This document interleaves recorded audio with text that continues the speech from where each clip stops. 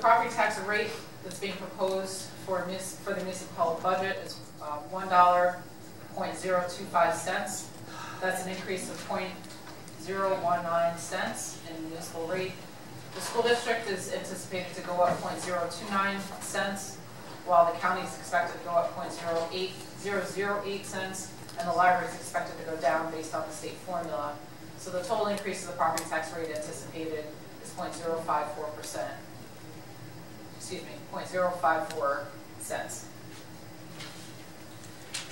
The breakdown of the property tax, the school district remains over half of the total property tax in the town of Morristown. The municipal portion is about 35 cents of every dollar, whereas the county is 12% and the library is a little over 1.5%. The comparison for the average residential value of $356,000, again, the municipal rate is $69. The total tax is anticipated to go up $194 for the entire year. That's about $48.50 per quarter for the average household of $356,000. Again, our total net assessed value this year is $2.269 billion. That's an increase of 2.8. The largest increases are in the residential portion as well as apartments. So the residential land use is the largest increase in value. Where we did see some decline in commercial, which is primarily office space in town, which was the result of tax appeals. There was also some small reduction in the value of vacant land as well as industrial property.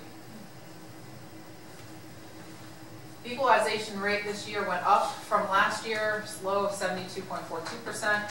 It's rebounded to 75.39%, which is partly why the library tax rate is a little bit lower. That means that the township's equalization rate relative to ours is a little bit higher. The summary of the total of the proposed 2019 budget in the right-hand column. The operating budget is $41.5 million, of which $395,000 is grants as of this date.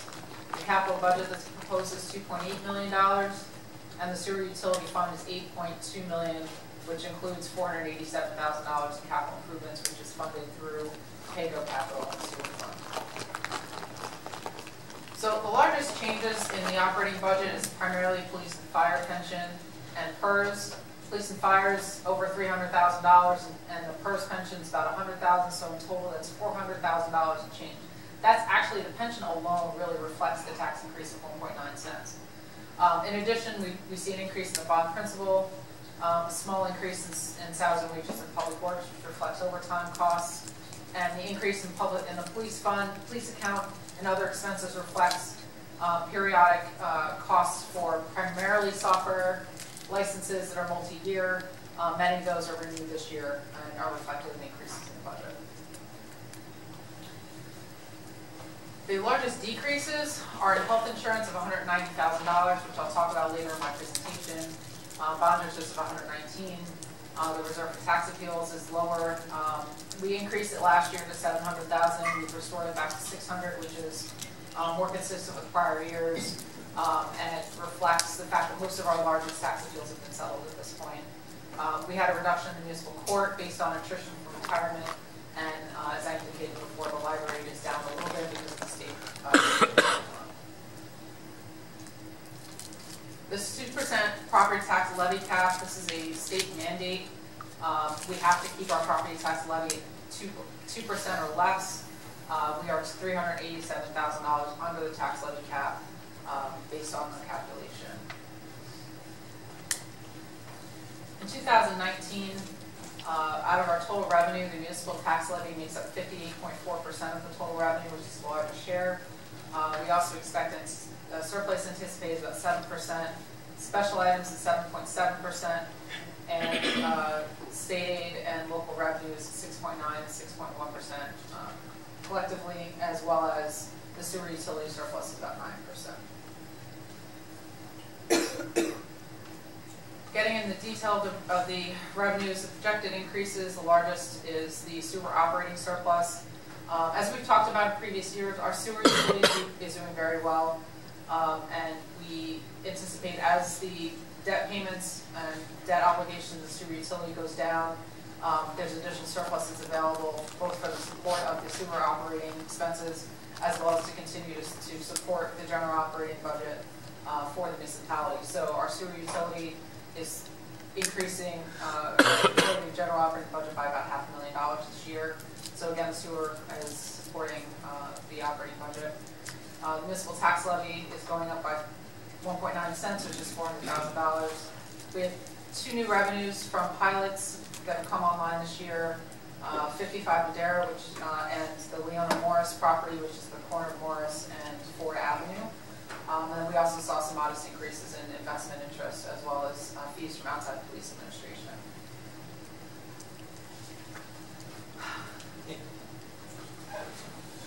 I feel like this is a little bit of a futile effort, but I like to mention this every year. State aid is really not state aid.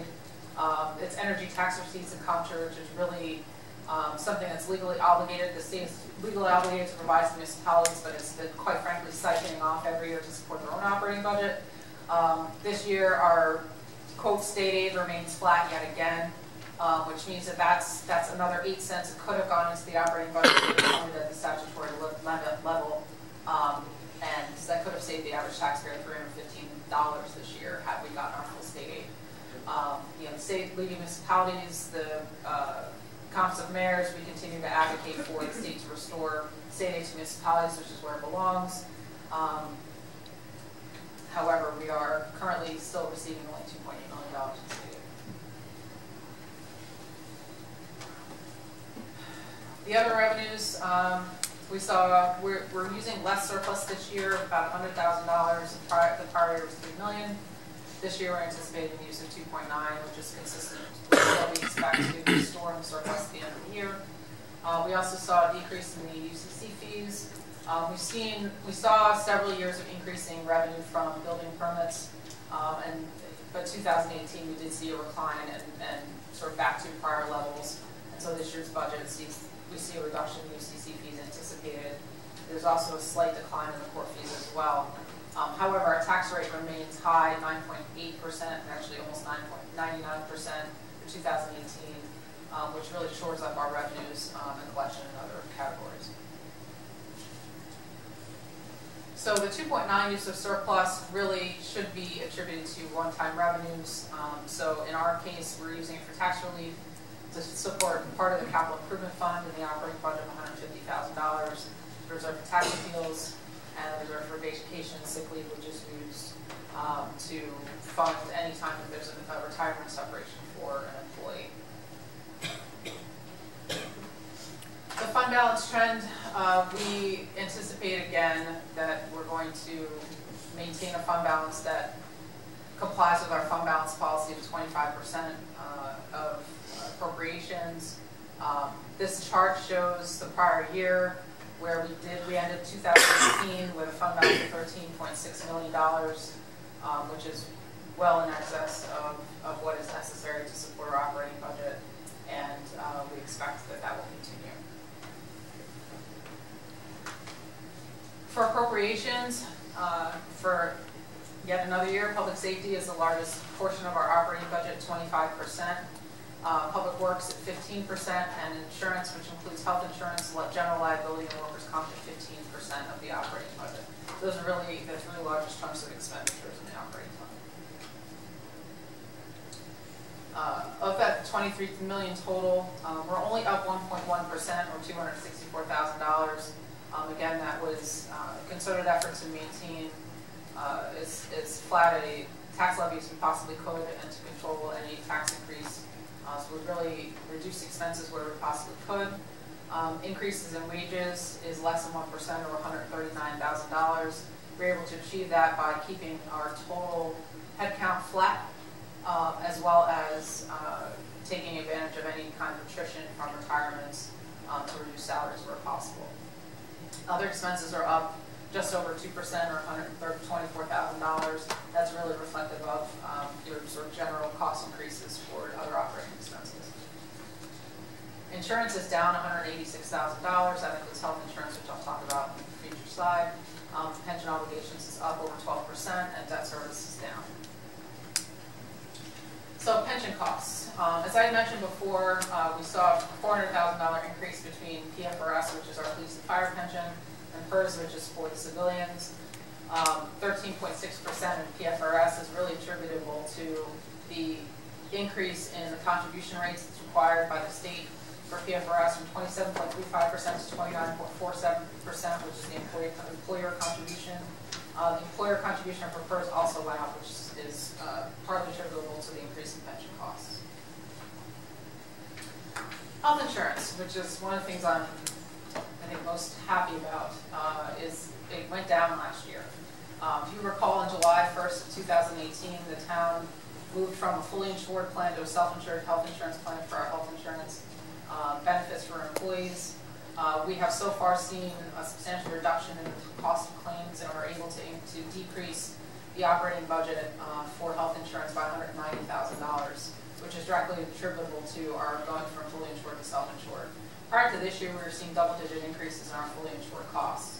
And by taking control of our insurance, taking control of our claims, we're able to really see some direct savings in our operating budget. As our claims become more mature, when we get at least a year into our insurance, I expect that we'll continue to see costs being controlled in health insurance. And I'm very, very excited to share that with you. Our debt service is also something that's exciting. The mayor talked about the decline in our net debt over the last 10 years of over $21 million. We've really almost cut our total debt in half. It was $44 million, almost $45 million in 2010, and it's now under 24. And that's directly attributable to the town's decision to pay more debt than we take on. And I think is definitely a testament to financial practices. And I'll give Frank a nod on that as well. So our debt outstanding at this point is $23.8 million, and the principal debt obligations is paid down $2.8 million in 2000. We paid down $2.8 million in 2018, and our current credit rating is AA positive with a positive outlook. We recently had a call with Standard & Poor's with our upcoming bond issue, and we emphasized that Morristown is poised to get an upgrade. We will hopefully find out whether they agree with us later this week. In the sewer utility, as I mentioned before, we continue to pay down sewer debt.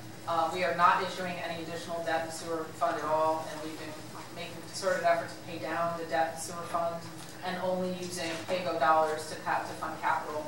This year in the sewer fund, we're using $487,000 for capital improvements and paying down the debt. We expect to exhaust and extinguish the debt in the sewer utility by 2024, which again is a testament to the financial practices of this town and our ability to control costs. Last thing is capital projects, $2.979 million. Most of this is sidewalk, curbs, and roads at 1.2. We're also looking to fund $450,000 in vehicles and heavy equipment, $300,000 in parks, playgrounds, 52 in dams, $250,000 for building improvements, 30 for tree plantings, and $445,000 in Section 20, which is soft costs and engineering. You'll find in, I think, tab 9 of your notebook, there's a detailed list of the capital projects that are reflected in this capital plan for your reference. That's it.